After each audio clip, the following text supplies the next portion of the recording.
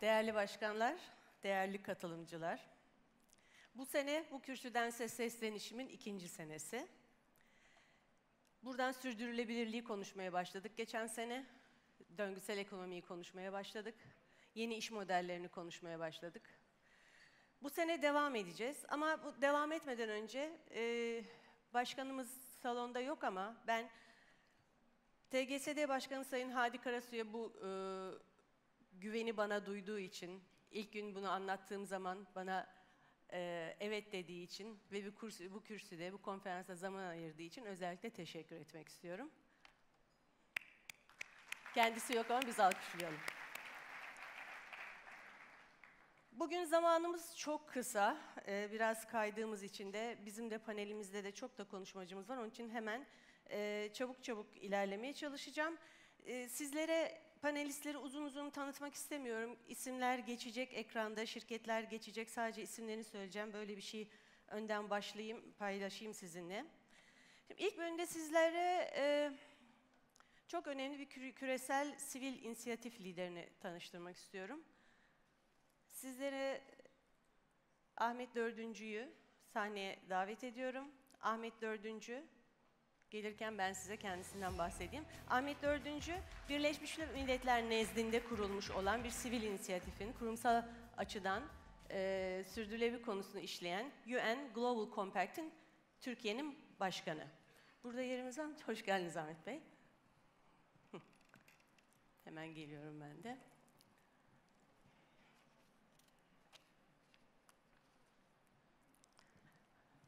Ahmet Bey ile biraz Global Compact'ı konuştuktan sonra diğer panelistleri davet edeceğim. Ama Ahmet Bey önce sormak istiyorum. Global Compact Birleşmiş Milletler nezdinde kuruldu. Kurulduktan sonra 2002 senesinde bildiğim kadarıyla Türkiye'ye geldi ve geldiğinden beri de kurumsal anlamda sürdürülebilirlik yolunda şirketlere bu yola nasıl girebilecekleri, nasıl sürdürülebilirlik konusunda kendilerini ölçümleyecekleri bir yol haritası çiziyor. Ahmet Bey, siz bu konuda UN Global Compact'ın başındasınız ve bu yolda UN Global Compact'ın misyonuna uygun çalışmalarında nasıl ilerlediğini düşünüyorsunuz? Türkiye iş dünyasına nasıl bir fayda sağladığını düşünüyorsunuz? Biraz bize yolculuğu anlatır mısınız? Memnuniyetle bir kere her şeyden önce böyle hakikaten çok önemli bir endüstrinin çok gerçekten değer katan, sadece Türkiye'de değil bütün dünyada önünde böyle bir fırsatı yakalamış olmaktan çok çok büyük bir memnuniyet duyuyorum. Ümit ediyorum ki birkaç kelimeyle, birkaç paragrafla burada sizlerle paylaşacağım şeyler sizlere ve sizlerin şirketlerine de faydalı olacaktır. Bu Birleşmiş Milletler Global Compact denilen platform, bu inisiyatif, Kofi Annan zamanında o zamanki Birleşmiş Milletler Genel Sekreteri tarafından başlatılan bir inisiyatif. Daha sonra 2000'li senelerin başlarında Türkiye'ye geliyor. Türkiye'de bunun önderliğini rahmetli Mustafa Koç yapıyor. Ve ilk toplantıyı hiç unutmuyorum. Kofi Annan bizzat kendisi 2000'li senelerin başlarında buraya gelip bu inisiyatifin Türkiye'de yerleşmesi için gerekli desteği sağlamıştı. Şimdi genel olarak bahsedecek olursak bu Global Compact bütün dünyada 10.000'i aşkın katılımcı, imzacıdan oluşuyor. Bunun yanında 3.000'e yakın da sivil toplum kuruluşları, akademik kuruluşlar olan çok çok geniş bir platform. Kısaca Global Compact nedir diye soracak olursanız, Global Compact şirketlerin, kuruluşların, sivil toplum kuruluşlarının iyi bir vatandaş olması için Birleşmiş Milletler tarafından sürdürülebilir kalkınma hedeflerine yaklaşması açısından kurulmuş bir takım prensipler var. Yani birkaç tane örnek vereyim size. Mesela rüşvet vermeyeceksiniz. Mesela eşit işe eşit ücret vereceksiniz. Mesela kadın ve erkek eşitliğine dikkat edeceksiniz. Mesela çocuk işçi çalıştırmayacaksınız gibi. Hakikaten insanlığın kendi içinde, kendi kendine kabul etmesi gereken bir takım ilkelere şirketlerin ben bu konuda bu prensiplere uygun çalışacağım ve bunları kendime bir ilke olarak adayacağım diye imza attığı ve daha sonra da bu konuda da rapor verdiği ve ölçümlediği bir platform, yapması gereken platform. Türkiye'de bugün bunun katılımcıları, bu sene hedefimiz 250 tane katılımcıya. Bak şu anda 230-240 seviyelerindeyiz. Bunun yanında sivil toplum kuruluşları da var. Türkiye'deki katılımcılarınızın birçoğu yaklaşık 50'den fazlası milyar doların üzerinde olan bizim güzide, Türkiye'nin güzide şirketleri. Sivil toplum kuruluşları var, akademisyenler var, üniversiteler var. Hedeflerimize ulaşıyor muyuz? Ulaşmaya çalışıyoruz ve sene sonunda da ulaşacağımızı düşünüyorum. Çünkü en büyük hedefimiz burada bunun Global Compact'in Türkiye'de de yaygınlaşmasını sağlamak. Ve bu arada şunu da söylemekten hakikaten çok büyük gurur duyuyorum. Ben bu sene yönetim kurulu başkanı olarak seçildim bu platforma. Benden önceki yönetimin hakikaten çok başarılı çalışmaları var. Biz kendi bölgemizde yani Orta Doğu ve Balkan ülkelerinde en çok katılımı sağlayan bir platformuz Türkiye olarak. Bu bizim için çok önemli. Bütün dünyada da Avrupa'da da 8.yiz aslında. Bayağı iyi bir yerdeyiz katılımcı ve yaygınlaştırma açısından. Yani ben burada Dilek'e çok teşekkür ederim böyle bir fırsatı bana sağladığı için. Ben buradan hakikaten bütün buradaki kuruluşları, imzacı olmayan kuruluşları Global Compact'e imza atmaları ve oradaki ilkeleri benimsemelerinin çağrısını yapmaya geldim. Global Compact burada neyi sağlıyor size? Bütün dünyada 10.000 tane katılımcı var derim. Türkiye'de 250'nin ötesinde katılımcı var derim. Bir kere buradaki bu ortak platform birbirinden öğrenmeyi hakikaten çok mükemmel bir hale getiriyor. Onun dışında bizim burada Global Compact olarak Birleşmiş Milletler'den gelen bir takım programlarımız var. Mesela şu anda buranın konusu döngüsel ekonomi. Bizim Türkiye yerel ağ olarak hedeflerimizden bir tanesi döngüsel ekonomiyi nasıl gerçekleştiririz? Bu konuda ne tür kriterler korarız? Başarı oranlarımız nedir diye. Kapsayıcılık önemli, çok önemli bizde ve özellikle de KOBİ'lere çok önem veriyoruz. Çünkü Türkiye'nin bana soracak olsanız ben çok uzun süreler sanayinin içinden gelen bir kişiyim. Türkiye'nin en kuvvetli olması gereken kuvvetli olması gereken noktalarından bir tanesi de KOBİ'ler. KOBİ'lere özellikle finansal sürdürülebilirlik anlamda onların finansal eğitim görüyor olması, finansal literature denilen şey, okur yazarlığın biliniyor olması konusunda çalışmalarımız olacak. Onun yanında bu Global Compact'ı bütün dünyada imza atan hakikaten çok büyük şirketler var aramızda. İşte mesela çok büyük bir memnuniyetle biraz önce koridorda gördüm. Şirketlerin yaptığı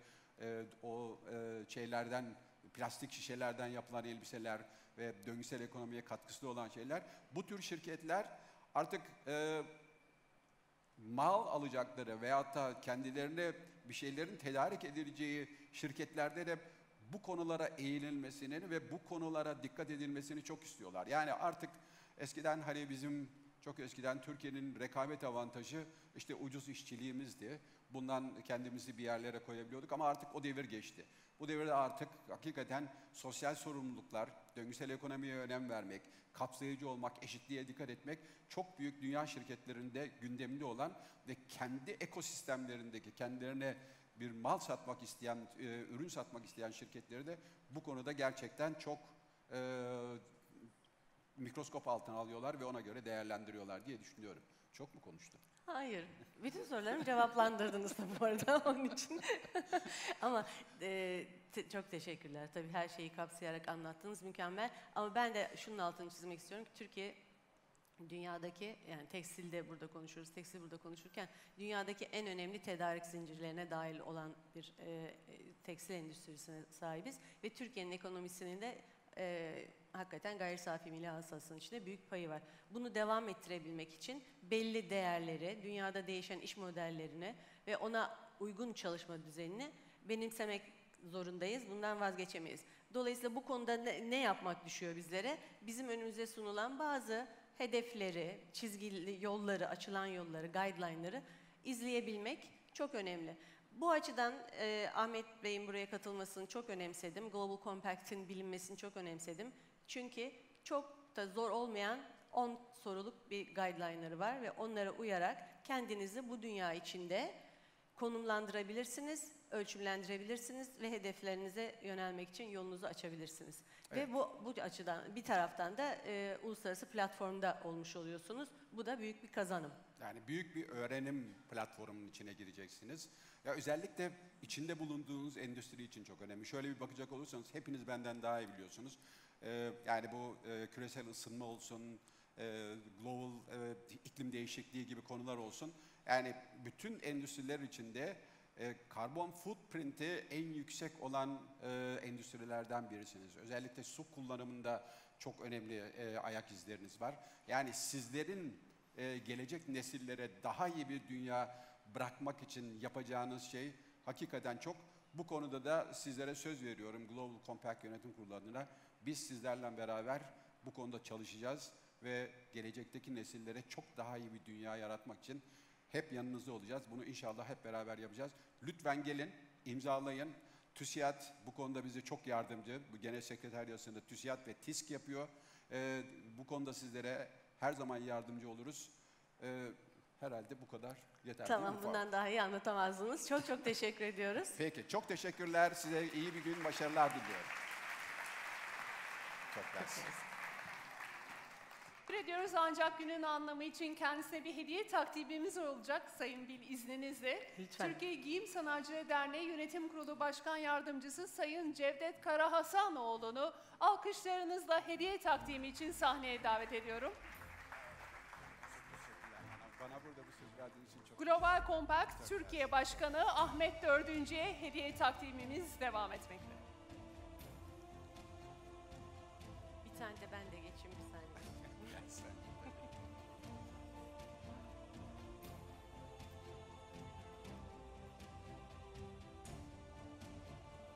Sayın DÖRDÜNCÜ'ye kuvvetli alkışlarınızla kendilerini yerlerine uğurluyoruz. Ve ben sözü hemen moderatörüm Dilek bile yeniden bırakıyorum. Çok teşekkür ediyorum. Bundan sonraki zamanda biraz koşuyor olacağız. Dediğim gibi zamanımız dar. Panelistlerimiz çok şanslıyız. Çok değerli panelistlerimiz var. Hepsini paylaşmak istiyorum. Bundan sonrasında İngilizce devam edeceğim müsaadenizle. Çünkü panelistlerin hepsi İngilizce konuşuyor. Ortak dilimiz İngilizce olacak. Before I start to our panel and inviting you, I will say a few words. We all love fashion because it's fabulous. It's glamorous, it's inspiring, it is design-led, it's full of creative minds. Fashion can be so positive and it's a big business. It creates millions of jobs. We love fashion. But fashion is one of the world's most resource-intensive industries. Highly pollutant to air, to the rivers. Microfibers are on the ocean, the soil, and fashion is a major contributor to the carbon emissions, climate change. Fashion industry is extremely wasteful. Our aim now is to talk about circularity. We're here to rewrite the fashion industry.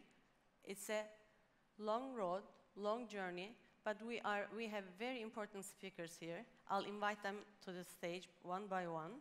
We'll talk around how to rewrite the fashion, how to get on the circular economy. I'll start with the ladies because we have only one lady. Julia Bakutis from H&M.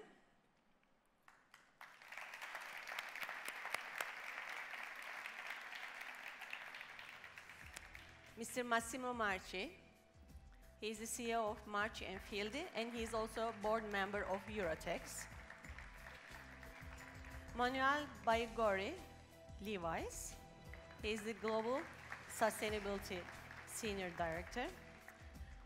Enrique, SILLA, CEO of Jeanologia. Lars from Neutral, he is the CEO of Neutral. And we have Florian Hubrander from Lenzing.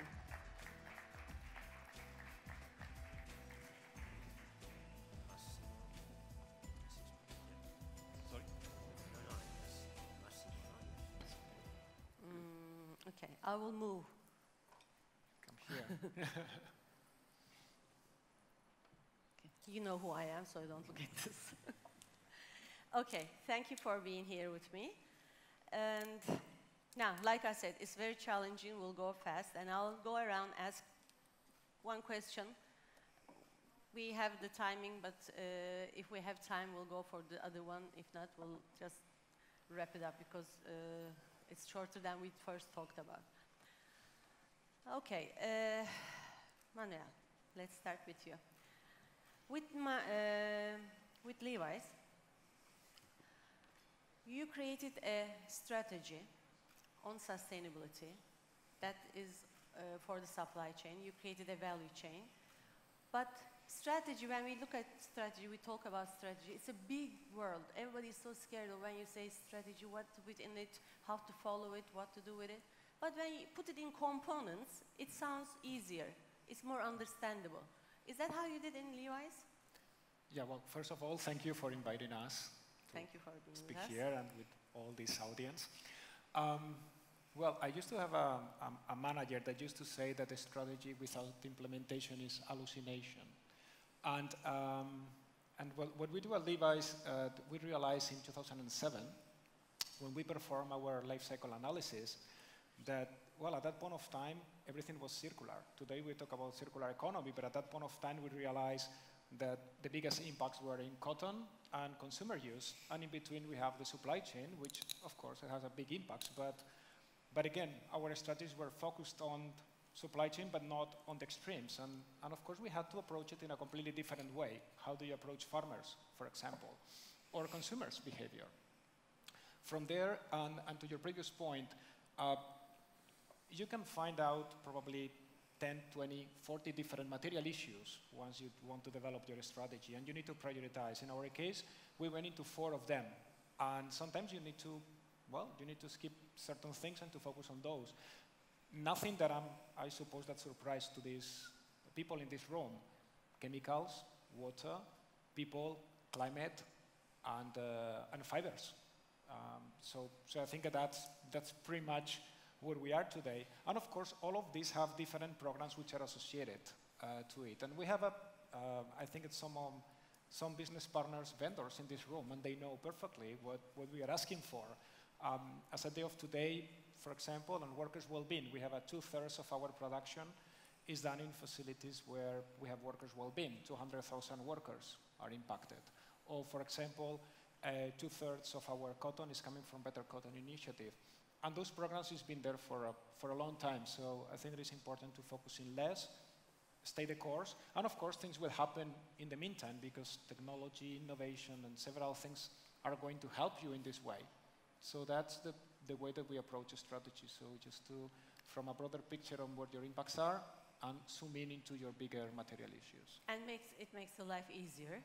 Yeah. It's easier to follow. It's easier to. Yeah. Well, when you talk to your executives, I mean, but when you're talking with your executives and you go with a list of 10 different things, the first answer is going to be, give me 1 or 2 that I can implement. We know that we have limited budgets. We know that we have limited resources. So focus on the most impactful ones and the ones that you can action today, but as well the ones that can bring you that long-term results, because we know that sustainability is not something that can be fixed from one day to another. We know that those are strategies that now, for example, we are working on our 2025 targets. And we are already thinking about the 2030. So that's something that you need to time, and long-term is also very important. And measure and follow. In measure and follow, absolutely, Okay. Yes. Thank you. Lars, with Neutral, you believe in international standards and certification, and you think it brings transparency to both businesses and consumers. Why do you think certifications are important? One more time, please. Why do you think certification is important in circular economy? Well, it's very important. You could say it very short. It's the only way consumers and the producers, brands can see how a product is being made. If you have to do it a little longer, you can say that based on my experience, I'm not a brand on the B2C market. I'm a brand on the B2B market. Not selling to colleagues. My main market is supplying to the bigger companies like Volvo, Lego, Kesco, and try to explain them that they gotta be sustainable in the way that they buy promotional products. So, the problem is that the supply chain is so long and it's so difficult, and nobody really knows how a product is being made. So, what we believe in is, it all started actually when 30 years ago I went to Bangladesh, and I started up a factory, a local factory, who were doing for local market, and that was when the exports started booming out there. And very quickly, I imagined and I saw how people were working very, very late. They were sitting to 3, 4 in the morning. They were very tired, but we had to ship containers. I went to the dye houses. I had to come because the color wasn't right, matching. So I needed 50,000 for Carlsberg, and they agreed we will re-dye, and I followed the wastewater out to the river. At that time, the dye houses were placed down to the rivers, and I saw it with my own eyes that you had, you know, black, navy, red, orange, pink, orange, yellow, orange again. Must be orange, which is the fashion color next year in Europe. And it was. It was ridiculous. It was. So we tried to move technology to there and had some very improvements. But I really started when I met the first Indian people 16 years ago. They were in organic cotton. And then I understood about the cotton. I didn't know anything about this. This was new to me. That was just cotton for a t-shirt or a hoodie or a sweatshirt. And to hear that a t-shirt pollutes 3,000 liters of water, and 85% is polluted in the cotton field. That was stunning. So it's amazing that after 3 weeks in a conventional cotton field, there's just no worms, microorganisms. And you just keep on spraying, and it goes down to the groundwater, and the people living there, they drink the water, so they get cancer slowly but surely. This was stunning. So we had to go for organic cotton. And to make sure it was organic cotton, it had to be GOTS certified. So then we had the cotton. How could we make the production? And there we were looking at the EU flour, which is an amazing certification because it's cross-sector. We got to do it cross-sector.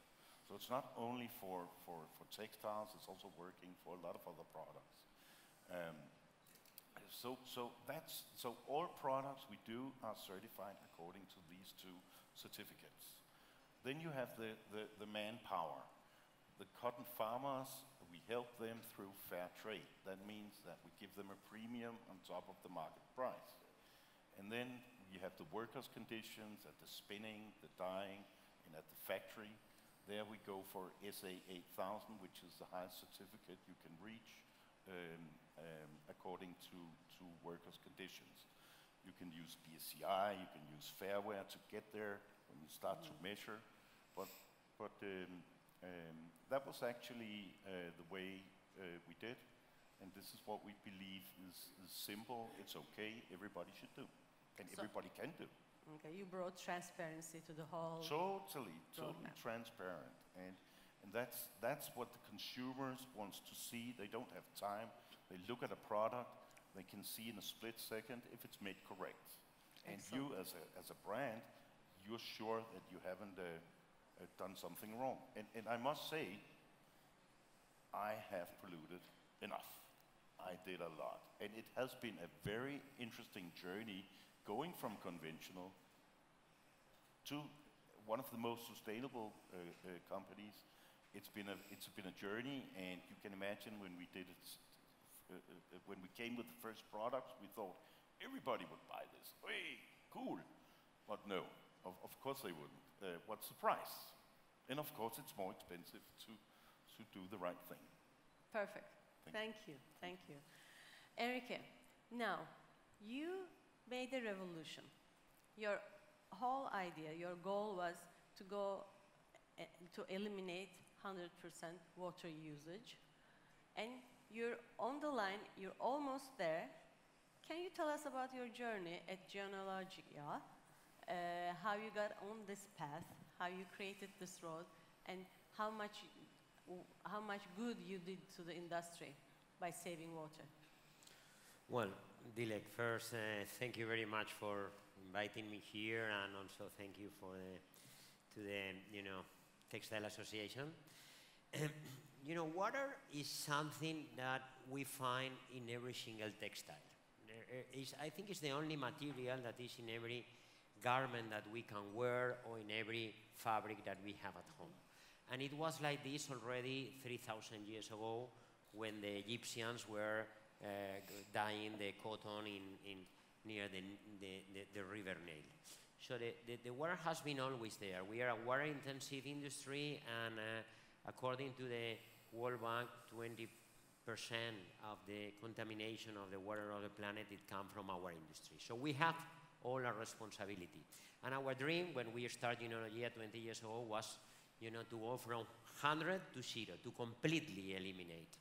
So how we did it? We first choose one product that we believe that is the #1 consumer good in the world. That means jeans wear.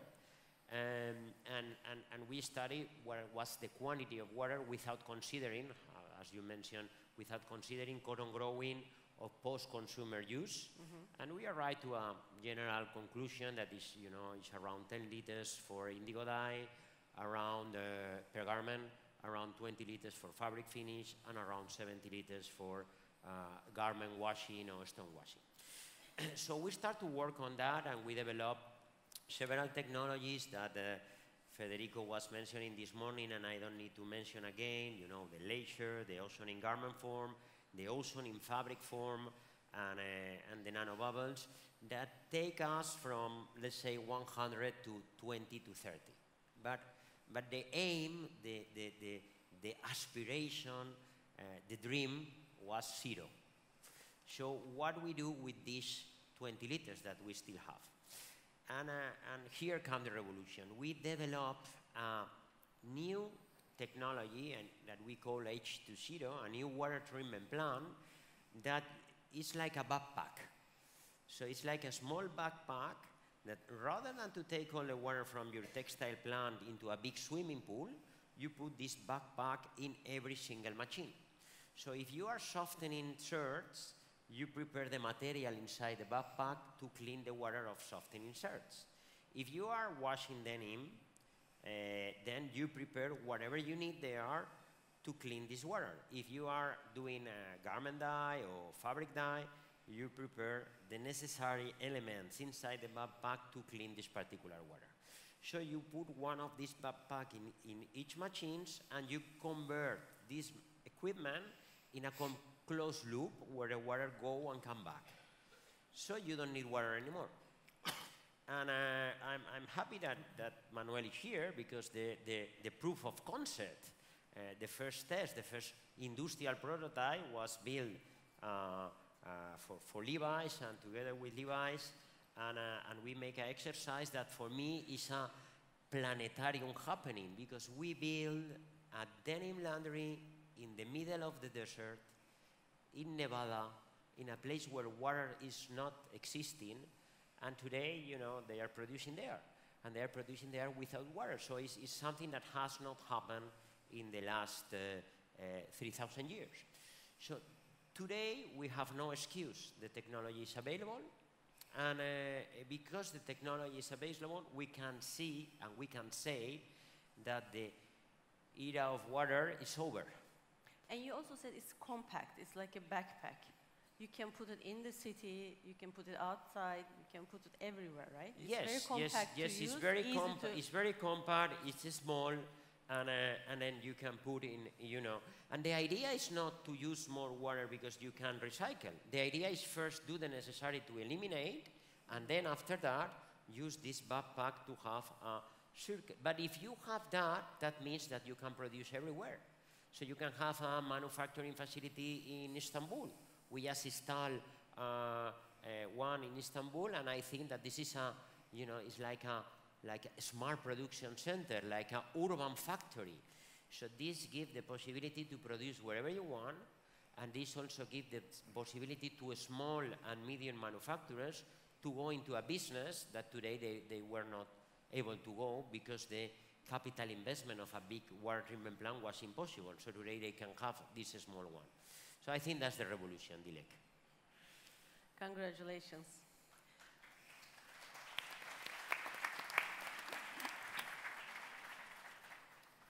Massimo, when you created Marchi&Fildi group. How did you develop this concept of circular economy, and how did you create this process? How did you let it work? And now how are you continuing? What are your goals? Well, I think that the sustainability and the circular economy is a matter of, we can divide in three steps. One is the cultural aspect, then there is the industrial aspect, and then there is the marketing aspect. From the cultural aspect, let's say that we are based, the origin of our group is in Italy, in Biella, where we have a very nice environment and we have a very friendly approach with the environment. And that makes us always think how we can approach all the system, all the industrial approach in a ecological way since the beginning. And also in the relation with the person, in the way of managing, we have this cultural approach. That I think is very important for the issue we are discussing today. Then there is the industrial approach, meaning that during the years, now we are a small group, if you want, based in 4 different countries, and we are dealing with different material. We are spinner, basically, so we produce from the fiber, the yarn for different end uses, with more or less all the fiber for end use, like the technical, fashion, etc. But during the time we have developed the system for which, first of all, we have reduced very much the use of energy. We have developed a system in the dyeing to reduce up to 55% the water consumption. We, in Italy, in all our 3 plants, we have a solar panel to utilize the solar energy. So, and also the waste system has been built in a way that we recycle practically all our waste, but we also have generated in the years a technological system that is strictly connected with the circular economy, when circular economy was still not an issue. So we can produce new yarn from industrial waste for pre-consumer and post-consumer textile product with a particular technology we have developed inside our group. And we have a R&D plant fully dedicated to optimize the different technology. Then we have generated this brand Ecotech that is registered more or less everywhere in the world, that is a special technology. And the last approach is the marketing approach. I mean, everybody is talking about circular economy, about sustainability, but what we are trying to do is really to do what we say. And we consider that certification are quite important, but we need to fix the rules. I mean, nowadays, more or less, every brands, everybody is trying to set his own rules, but this is just a marketing issue. We need, as a system, to sit together around the table, to put the problem on the table, and to find the possible technological solution to recycle, both in the chemical or in the mechanical way, the product, having also some LCA system that really can measure the impact of this system, because sometimes there is a lot of fake recycling system that maybe recycle but to generate more consumption than using new material. So it's really a matter of fixing the rules, talking the same languages in order to have a very clear and understandable system for everybody, so that the end user, when take the label, really can understand what there is behind. It's not just a marketing issue. And in my opinion, this has something has to do with the entire supply chain, for which is necessary that all the actors playing the game are seated together and fix the rule. So it's better together. Thank you. You also created a brand. Yes, we create this Ecotech brand that is a brand registered in the world that is showing exactly the saving we have in the different process for the different fiber, because every fiber, of course, has a different LCA system result, and is also a system we can help also let's say the dealers, the brands to collect and recycle the product. And also in the pre-consumer goods, there is a way to recycle more or less all the fiber. Thank you. Florian, at Lenzing, you also have an innovation. You also have an innovation that serves the circular economy purposes. Would you like to tell us about this innovation, specifically innovation, how it helps? You can talk about the company as well, how it went into this road of creating the new product, and how is it made? Sure. So, of course, as Lenzing, all of our products are made out of wood, right? So we take wood and produce roughly 1 million tons out of wood-based fibers. So viscose, lyocell, modal, it's all wood-based. So this, and also these fibers naturally biodegrade. It takes about 14 to 16 weeks to have them biodegradable, both in soil and in water. And there was, just recently also tested this, also in ocean water, so they disappear after 14, 16 weeks. So this is like the natural biodegradability, the natural cycle. But you still need to cut a tree, right? So, and then you said, okay, we need to actually go one step further, and I think this is on this next slide. Yeah.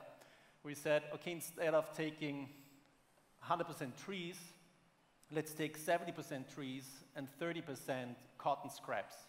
So, waste that's typically produced when you produce a t-shirt or whatever, that's typically then thrown away and ends up in the landfill. Let's not throw it away, let's not burn it, but let's actually put it back into a fiber. So we're now collecting this together with a couple of brands, and we treat it just like wood. We make pulp out of it, cellulose, and then produce fiber out of it. And the fiber that you get, it just doesn't, it looks the same way as 100% wood, it also behaves the same way. So if you, later on in dyeing and finishing, it really has the same properties, but the nice thing about it is it's really like, it avoids waste, right? So that's what we're doing right now. This is we call it pre-usage or pre-consumption. The next step we're working on right now is actually to go post-consumption, right? To actually take a t-shirt that was worn already or a pair of jeans that has been worn already and then throw this back into our mills and plants and produce fiber out of it.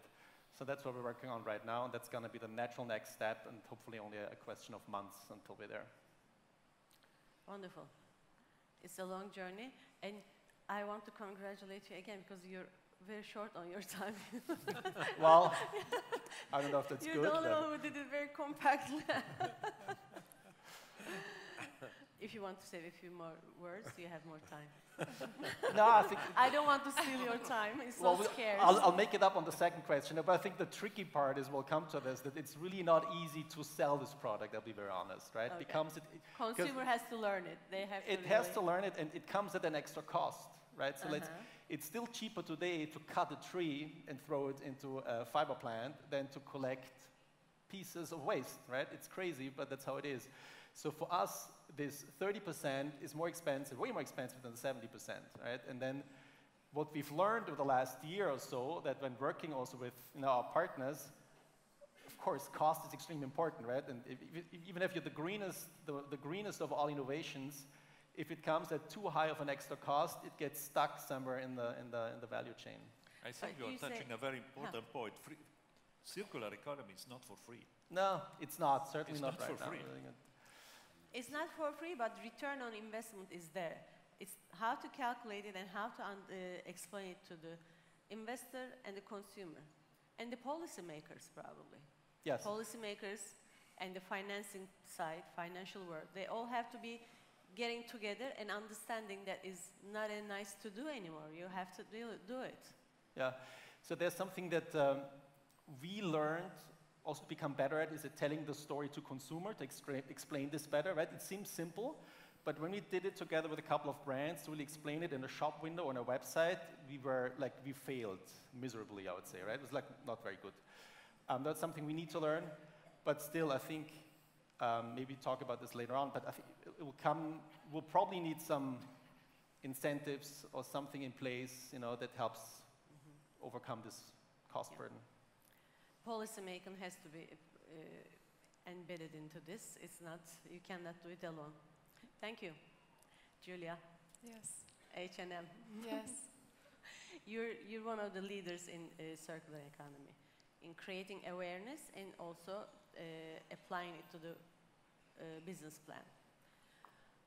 And you are one of the first starters, and you're collaborating with a lot of associations on the policy side, on the NGO side and all that.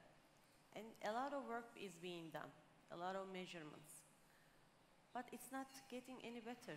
This year's Pulse of Fashion report came out, and when we look at the numbers, we see that, yes, it has gotten better, but it's not increasing at an increasing level. It's increasing at a decreasing level. What are we doing wrong? As everyone else, I'd like to thank you and TGSD for having H&M on this panel. We really think circularity is the future of fashion, so I'm pleased to be here.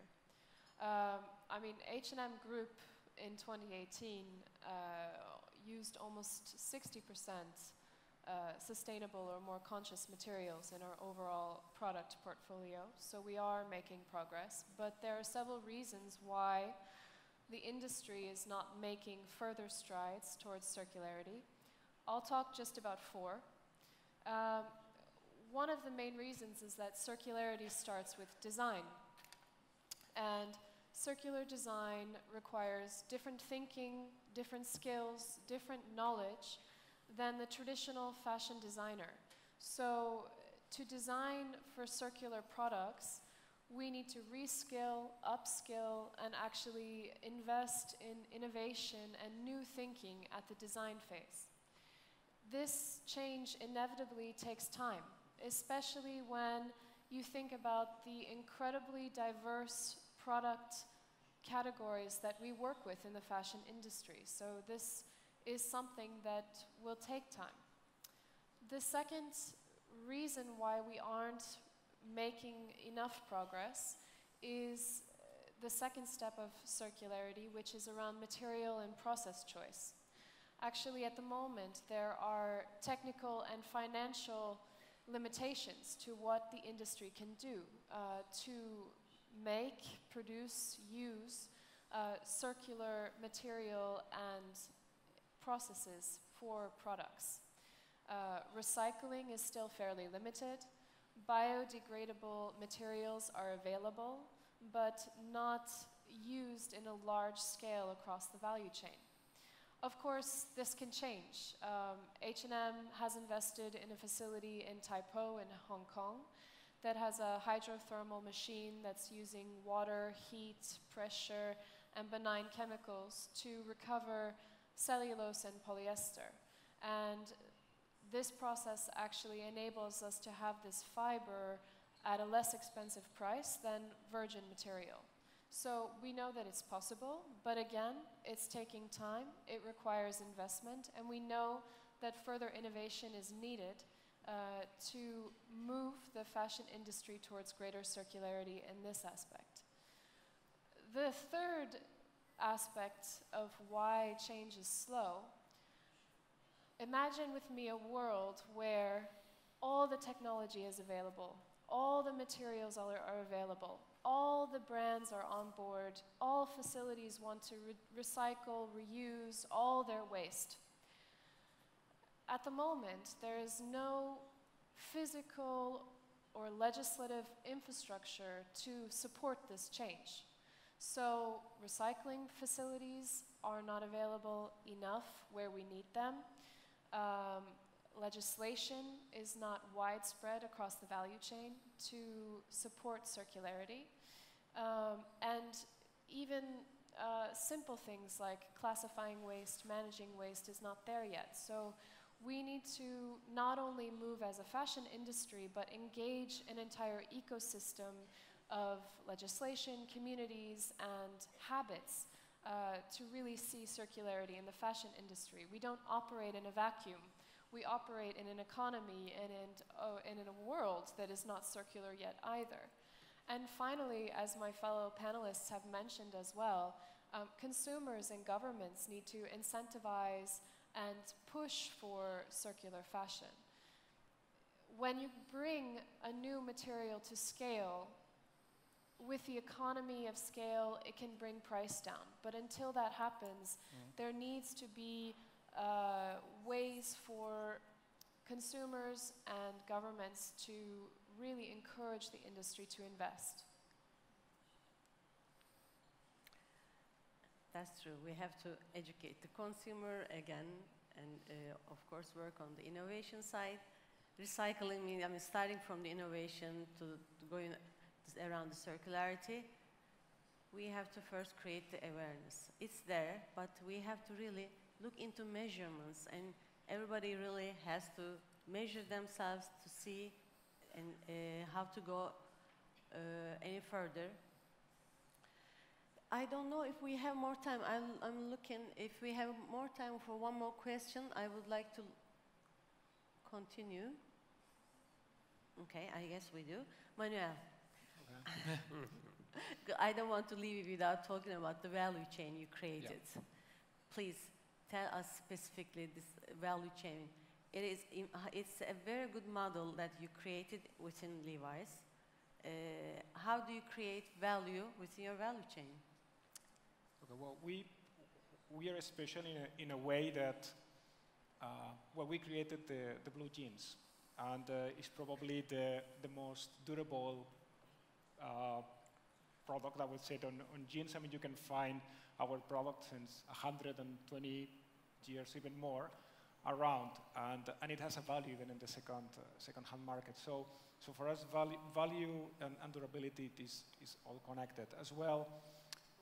When you look into the value chain, and I'm just zooming out, and there are quite a lot of challenges that we have today, but we cannot underestimate that this is it's a paradigm shift. We are changing from a linear to a circular economy, and all those things which are interconnected is going to take time. It's not going to happen tomorrow.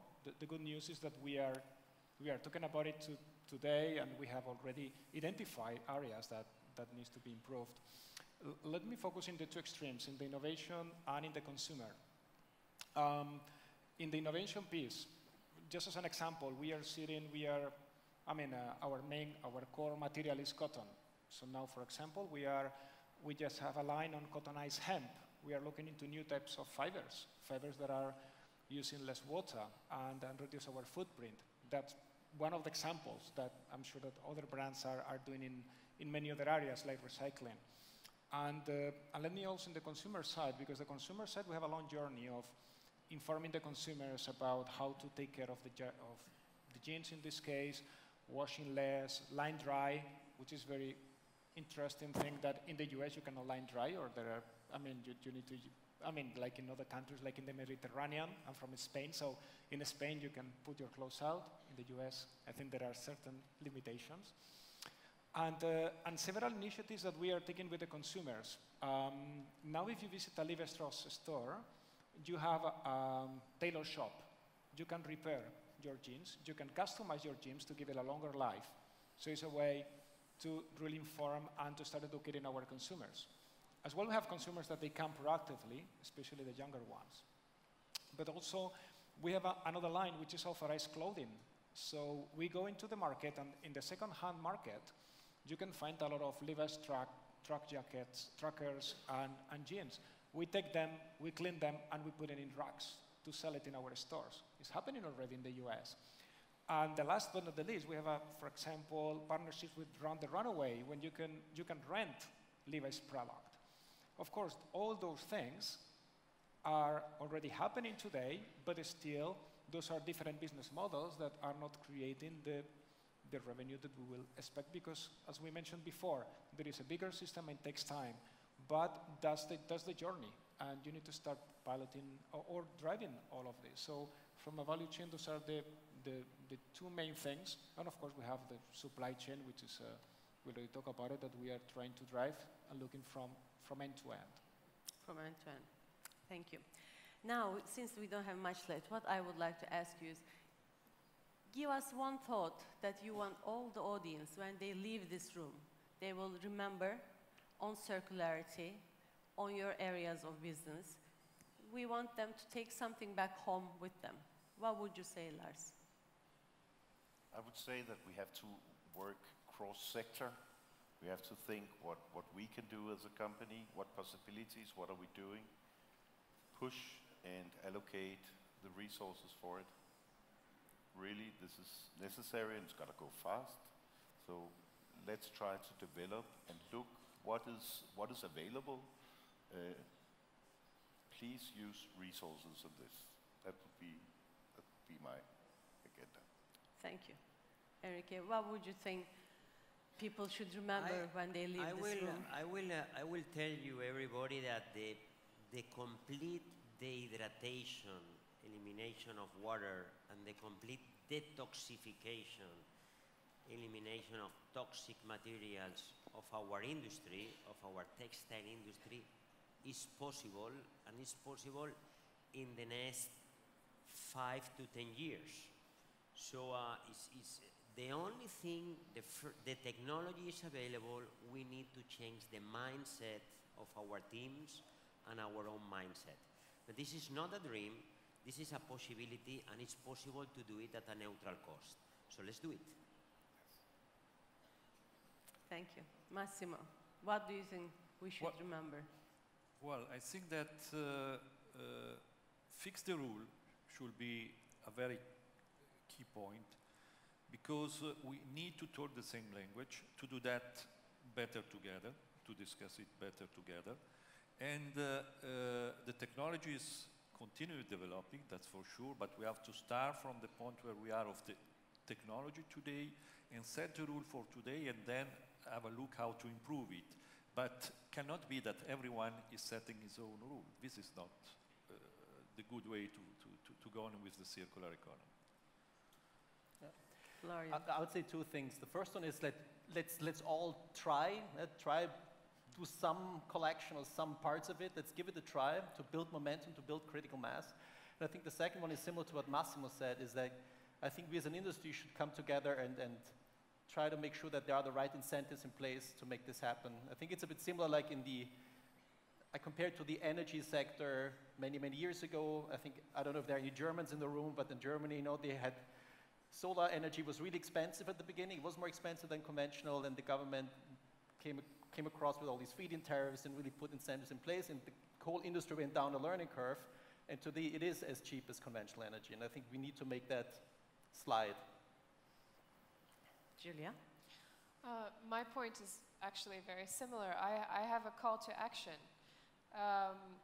The textile and garment manufacturers in the room have an opportunity to take this topic out of competition and really have one voice towards the government, towards brands, prioritizing circularity in the fashion industry, demanding for incentives, creating that infrastructure and that ecosystem that we talked about is so important for this transformation. So TGSD is a great platform.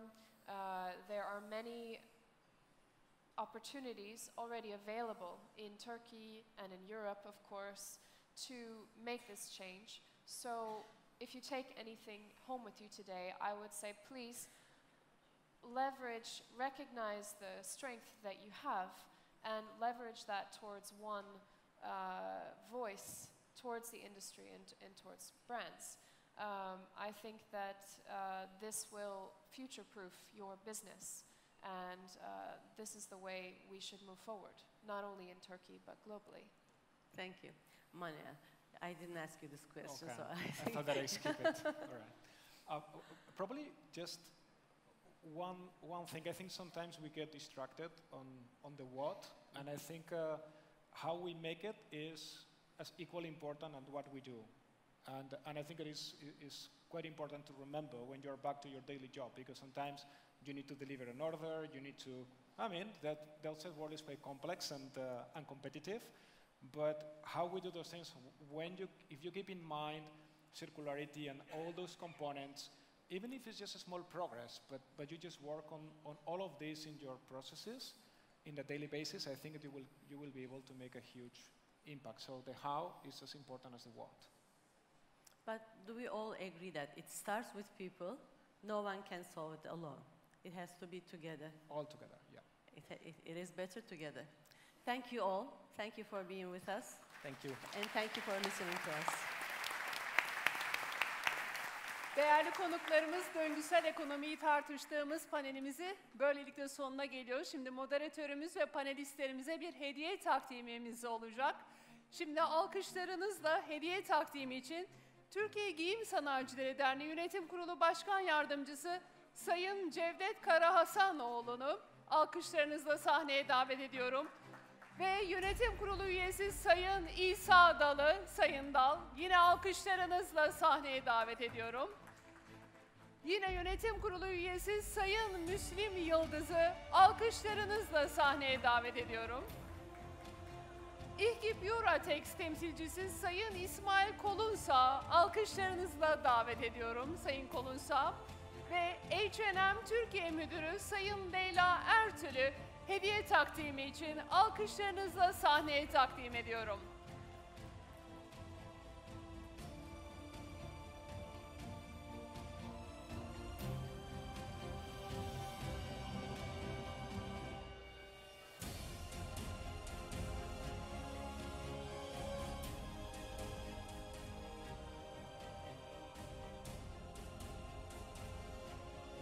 Moderatör ve panelistlerimize çok teşekkür ediyorum. Bu ekibe kuvvetli bir alkış rica ediyorum.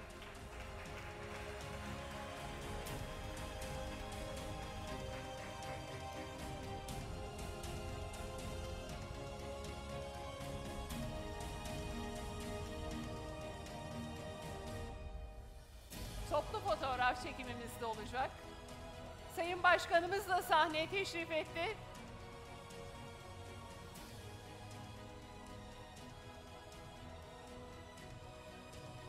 Sayın Başkanım, sizi de fotoğraf çekimi için sahnede tutacağız.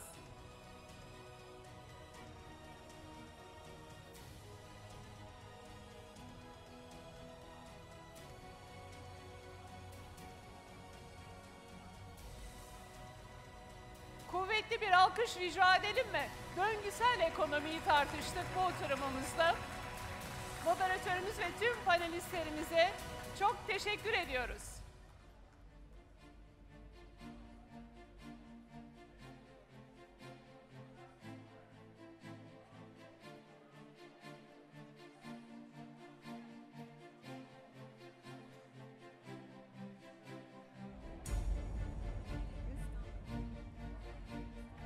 Değerli konuklarımız, hediyelerimiz Ara Güler'in İstanbul kitabı.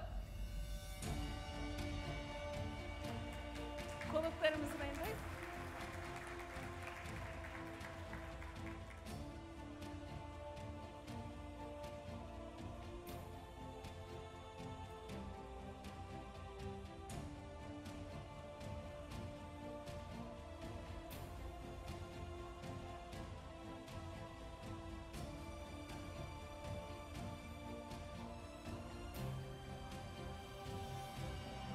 Değerli konuklarımız, birazdan tüm günün yorgunluğunu atacağınız muhteşem bir deneyim sizleri bekliyor olacak. Çok az bir süre sonra kahve molasının ardından o muhteşem deneyime hazır mıyız? Alkış. Hazır mıyız? Burada salonda buluşuyor olacağız. Sadece 15 dakikalık bir kahve molası aramız var. Onun için sizleri fuaye alanına davet ediyoruz, ancak